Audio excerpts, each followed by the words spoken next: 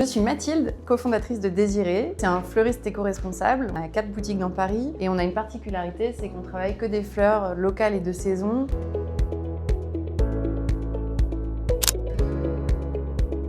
Désiré est né en 2017, mais en fait l'idée est née quand même bien avant. On a commencé avec mon associé Audrey en 2014. On a fait notre reconversion à l'école des fleuristes. Et pendant pas mal d'années, on a réfléchi à tout ce qu'on voulait faire par rapport à changer un petit peu l'approche qu'on avait de la fleur. Parce que c'est vrai qu'on constatait que quand on allait chez le fleuriste, souvent on était un petit peu frustré parce qu'on n'a soit pas le nom, on n'a pas les prix, on se sent un peu idiot. On se demande si les choses vont bien ensemble. Pour nous, c'était important de se sentir bien et d'avoir vraiment une expérience sympa parce que la fleur, c'est quelque chose de très beau et il n'y a pas du tout de raison de se sentir en dessous d'un fleuriste ou d'être intimidé par le végétal. On trouvait ça assez dommage. Ou bien à l'autre extrême, c'était plutôt des chaînes qui proposent des choses plutôt à bas prix avec des qualités pas forcément incroyables. Alors oui, on a les noms et les prix là partout, c'est sûr, mais ça va pas trop durer. Et on s'est demandé pourquoi est-ce qu'on avait cette expérience-là. Et en cherchant un petit peu, on s'est rendu compte que la fleur était en fait un produit qui était devenu industriel. C'était massivement importé, non seulement de Hollande, mais aussi beaucoup du Kenya, d'Éthiopie, d'Équateur, de Colombie. Et que pourtant, la France était le seul pays d'Europe dans lequel on pouvait avoir des fleurs toute l'année de manière naturelle, sans chauffage et éclirage des serres, et qu'on avait des savoir-faire extraordinaires, mais qui étaient un petit peu en train de disparaître. Et à partir de ce moment-là, on a vraiment voulu faire quelque chose avec ça. On a fait ce grand plongeon en 2014 et ensuite, en 2015-2016, on a continué à travailler chez des fleuristes tout en travaillant dans nos entreprises avant de se lancer dans le grand bain en 2016. J'ai toujours eu une passion pour les fleurs. Désolée pour le storytelling, un peu, ça peut faire un peu faux, mais c'est vrai. Fleur, c'était mon premier mot. Devant papa et maman, quand j'étais quand même vraiment une enfant ingrate. J'étais vraiment passionnée par tout ce qui poussait.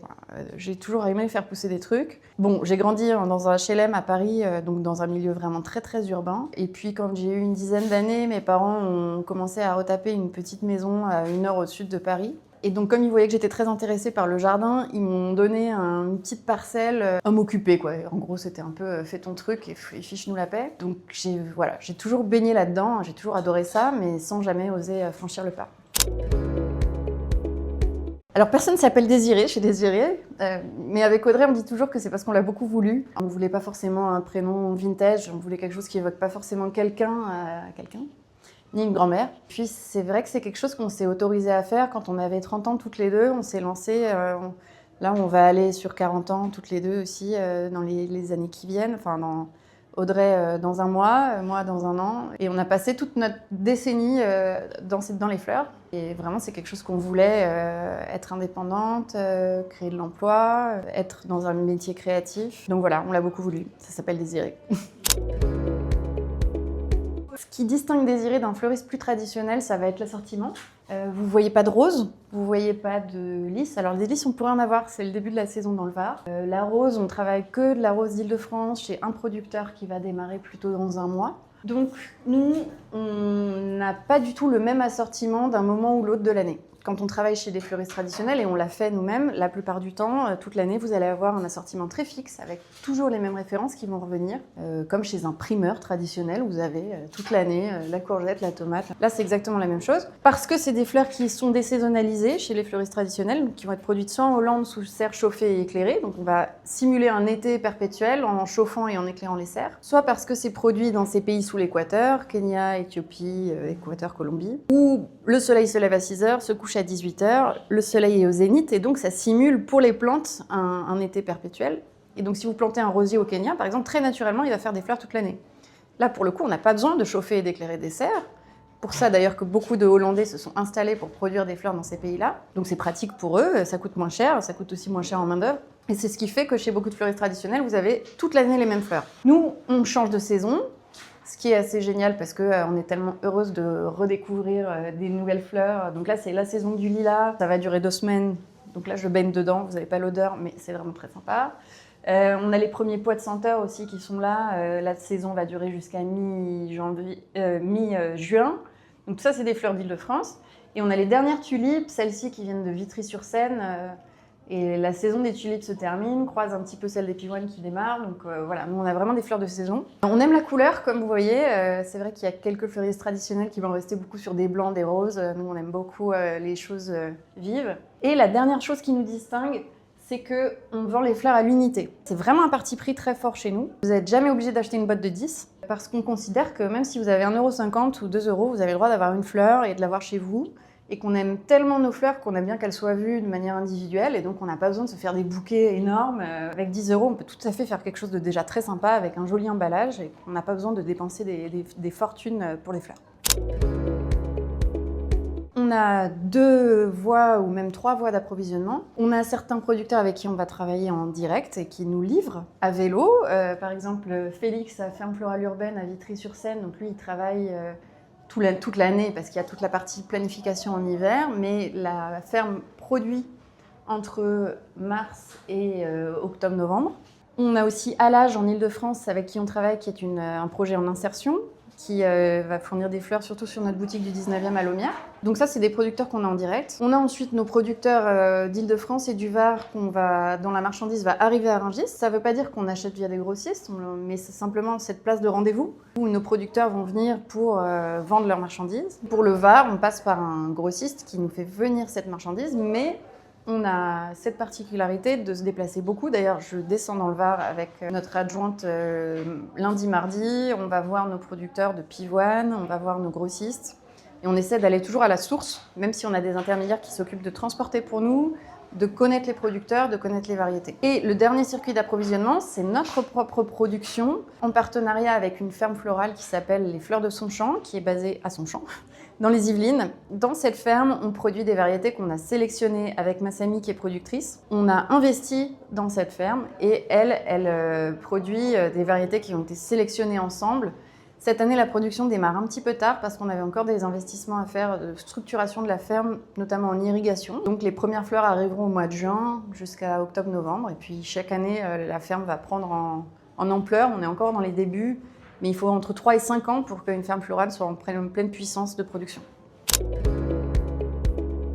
On est une entreprise de l'économie sociale et solidaire. C'est un statut qui n'est pas forcément très connu, qui pour nous est plus fort que l'entreprise à mission parce que dans nos statuts sont inscrits le fait que notre objet social est un objet social d'utilité sociale avant de rechercher la lucrativité. Ça veut dire qu'on va chercher à avoir un impact positif sur la société ou sur l'environnement avant de chercher à gagner de l'argent. Ça implique quelques éléments qui sont vraiment inscrits dans nos statuts. Ça implique une gouvernance participative qui va impliquer toutes nos parties prenantes, les salariés, les fournisseurs, les clients. Ça implique aussi d'avoir une grille salariale qui ne soit pas déconnectée entre les premiers et les salaires les plus élevés dans l'entreprise. On travaille d'ailleurs avec une grille de salaire transparente qui n'est pas liée ni à la qualification, ni à quoi que ce soit, au sexe évidemment, mais qui est lié à l'ancienneté. Donc quand quelqu'un arrive, tout le monde sait combien il sera payé en année 1, en année 2, en année 3. C'est extrêmement clair et dès qu'on peut, on partage s'il y a des choses en plus. Donc il y a cette partie-là sur la partie lien avec les salariés. Voilà, on a ce but d'utilité sociale qui est à la fois un but sur la préservation de la cohésion territoriale, donc le lien entre les villes et les régions et la préservation des savoir-faire de production. Et puis un objectif de développement durable parce qu'on divise en moyenne par 10 notre impact carbone par rapport à un fleuriste traditionnel en travaillant avec des fleurs locales. Puisqu'on évite toute la partie transport, toute la partie chauffage, éclairage des serres, sachant que le transport depuis les pays sous l'équateur est fait en avion. Alors, la façon dont nous on compose un bouquet, on a beaucoup réfléchi sur les couleurs, on s'est énormément formé sur les couleurs. Donc on a étudié les théories des couleurs depuis énormément de temps. D'ailleurs, il y a plein de choses qui ont changé d'ailleurs avec les siècles. Des couleurs qui portaient bonheur, qui sont devenues porte-malheur, enfin des choses qui ont vraiment évolué dans les symboliques. Donc ça, c'est super intéressant. On a notre palette qu'on aime, qui est une palette où on va beaucoup travailler soit les couleurs complémentaires, mais en utilisant des nuances, jamais des complémentaires frontales, mais toujours avec une couleur légèrement dégradée, avec un peu de blanc dedans. Ou bien les palettes des couleurs adjacentes dans la roue des couleurs. Donc on travaille énormément avec la roue des couleurs. Et ensuite, évidemment, on travaille avec l'inspiration de la saison. Donc on va mettre le produit de saison au centre de nos bouquets. Là, la pivoine en ce moment, qui est vraiment dans le cœur de tous nos bouquets. Et puis on va travailler avec des gammes de fleurs différentes. Donc des fleurs principales, des fleurs secondaires, des fleurs de remplissage. Ça vient un peu de la théorie de l'art floral anglo-saxon dont on s'inspire beaucoup, mais ce qu'ils appellent le feeling, qui sont des fleurs qui permettent de donner du volume à un bouquet et de faire qu'il soit joli et pas tout rikiki. On n'hésite pas non plus à mettre des fleurs qui dansent au-dessus du bouquet, à pas rester dans quelque chose de rond ou de trop structuré. Justement, toujours dans l'idée qu'on voit vraiment les fleurs de manière individuelle, parce que on n'a pas des fleurs qui sont clonées, on n'a pas des fleurs qui sont industrielles, qui ont exactement la même tête de l'une à l'autre, donc autant qu'on les voit. Qu'on se positionne un petit peu à l'opposé de ce qu'on imagine dans l'art floral à la française, cette magnifique demi-balle de football de rose nickel, là, de Palace. Ça, c'est pas nous. Voilà. C'est une question un peu difficile parce que pour nous, notre mission, c'est vraiment de démocratiser la fleur et de faire en sorte que les gens achètent pour offrir peut-être, mais beaucoup pour eux. Donc en petite quantité, en regardant la fleur de manière unitaire. Donc pour moi, le bon bouquet, c'est le bouquet qui plaît en fait. Donc à aucun moment, quand quelqu'un nous dit « je ne sais pas si ça ou ça va ensemble », on va dire oui ou non, on va dire « est-ce que vous aimez » en fait. Et si c'est ça qui vous fait vibrer, faites-le. En général, quand on aborde toujours la chose en disant « est-ce que vous voyez quelque chose dans cet étalage qui vous parle particulièrement ?» Et à partir de cette fleur, on va composer. Et après, si on veut quand même quelques grandes règles, moi j'aime bien composer en utilisant des fleurs en nombre impair. Notamment par variété en nombre impair. Vous pouvez avoir un nombre total de fleurs paires, mais par exemple, on va avoir 3 renoncules plutôt que 4, tout simplement parce que quand on en met 4, ça fait vite un esprit carré, alors que quand on en met 3, on est dans quelque chose d'un peu plus rond. L'œil circule mieux.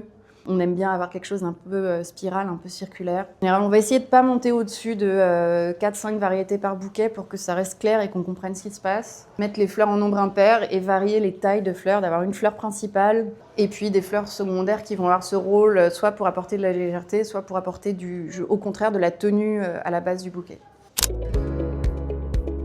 C'est très dur, c'est comme demander s'il devait rester un truc à manger. Je pense que les gens ont beaucoup de mal à répondre. Je pense que ce serait la tulipe. Parce que y a 1000 choses à dire sur la tulipe. Déjà, je trouve que c'est une fleur qui est méconnue. On la voit beaucoup en caisse de supermarché, dans ces espèces de petites bottes de couleur criarde, toutes la même tête, toutes petites, jaune flash ou rose. C'est pas très beau. On imagine la tulipe emballée dans du plastique, vraiment fleur de marché, etc.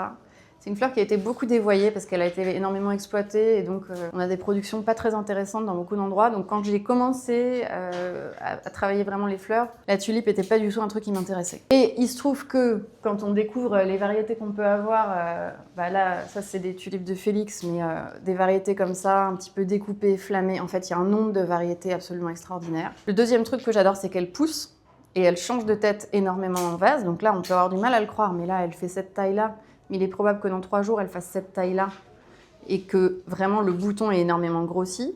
Ensuite, les pétales vont se retourner, elle peut sécher. C'est aussi un truc qu'on n'imagine pas du tout, qu'on va pouvoir la garder en sculpture comme ça, complètement improbable, dans un vase. J'en attrape une, mais on a celle-ci, qui est aussi une tulipe d'Île-de-France. Enfin voilà, des choses, on n'imagine pas que ça existe. Vous avez vu la taille des tiges, c'est quand même complètement délirant. Ça, c'est encore un autre type.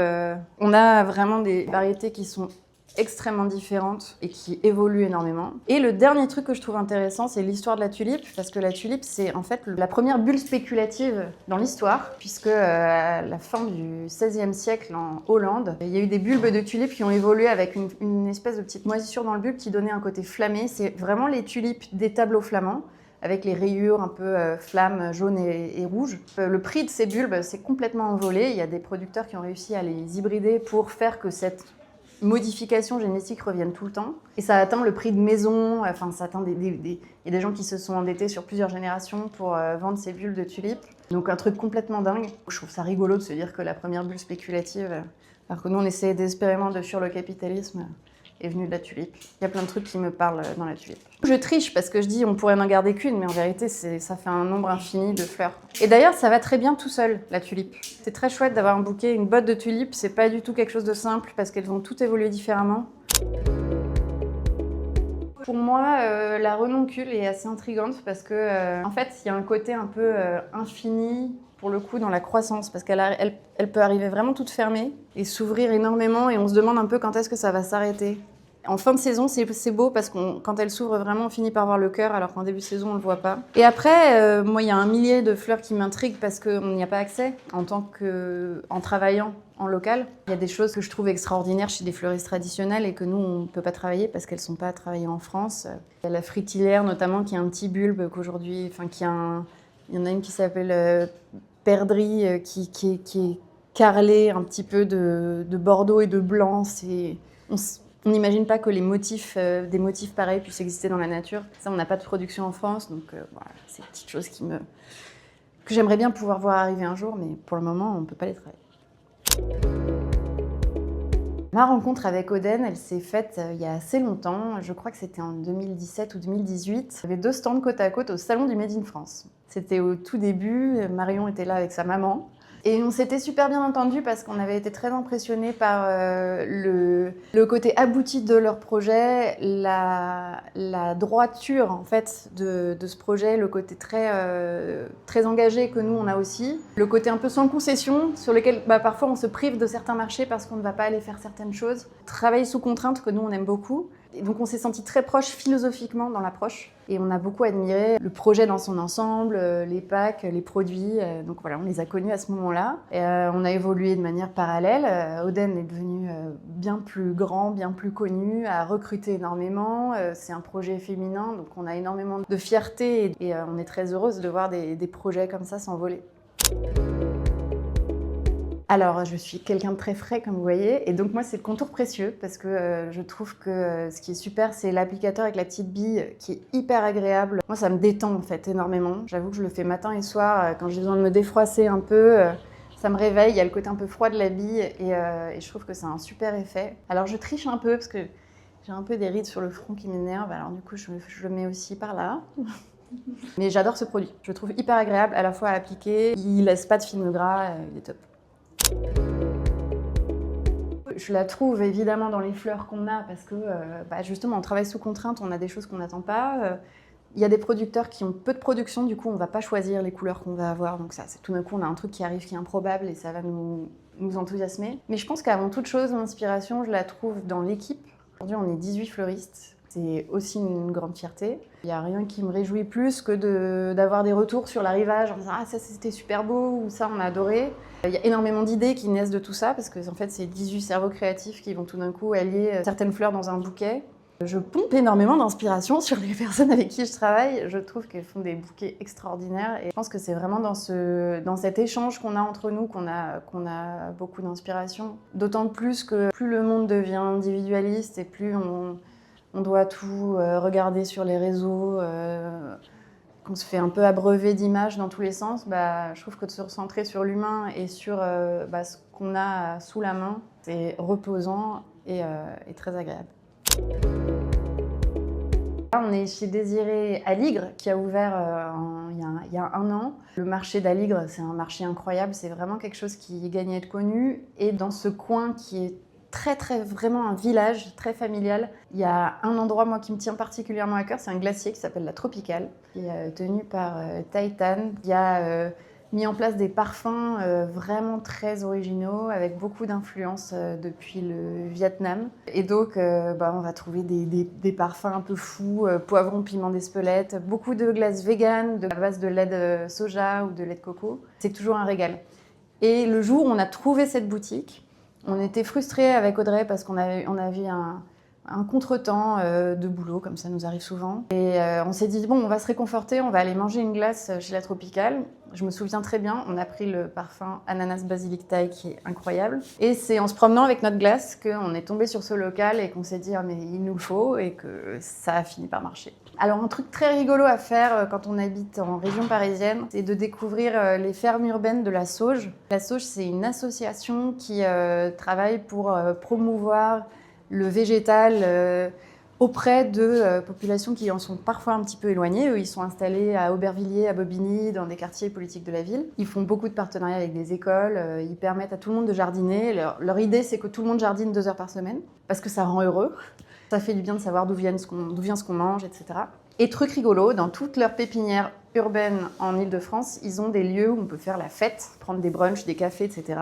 Il y a notamment la Prairie du Canal qui est à Bobigny, qui est accessible par le canal de l'Ourcq, et où ils font des soirées d'après-midi de 14h à 22h avec des open air, des DJ open air, et on peut danser en plein air. Et c'est un endroit très sympa, très agréable. Et ils ont aussi d'autres fermes urbaines qui sont plus familiales, qui gagnent à être connues. Donc la Sauge, voilà. Troisième truc, il y en a plein. Moi, il y a un truc qui m'a beaucoup marqué pour sortir un peu de région parisienne. Je suis allée à Lille. J'ai découvert la Villa Cavrois, qui est un endroit, une villa qui a été construite par un architecte qui s'appelle Robert Mallet-Steven. C'est hyper accessible depuis Lille Centre en tram.